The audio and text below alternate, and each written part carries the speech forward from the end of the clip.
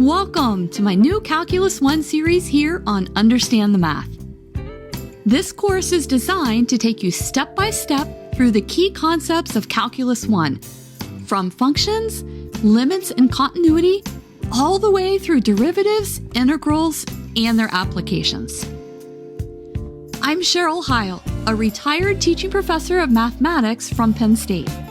I've taught at the university level for over 25 years, and in that time, I've helped thousands of students build a strong foundation in calculus. This series brings that same classroom-tested approach straight to you. This course is completely free. Chapter 1 starts with a review of algebra, trigonometry, and functions to make sure your background skills are ready. Chapters 2 through 6 then cover limits, continuity, derivatives, integrals, and important applications.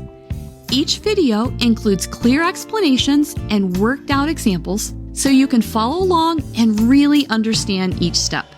My goal is to help you build confidence for your quizzes, midterm exams, and your final exam.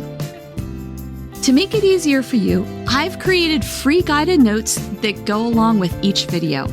You can download them at understandthemath.com. These notes are designed to help you grasp concepts more clearly, remember them longer, feel prepared for exams, and stay organized throughout the course.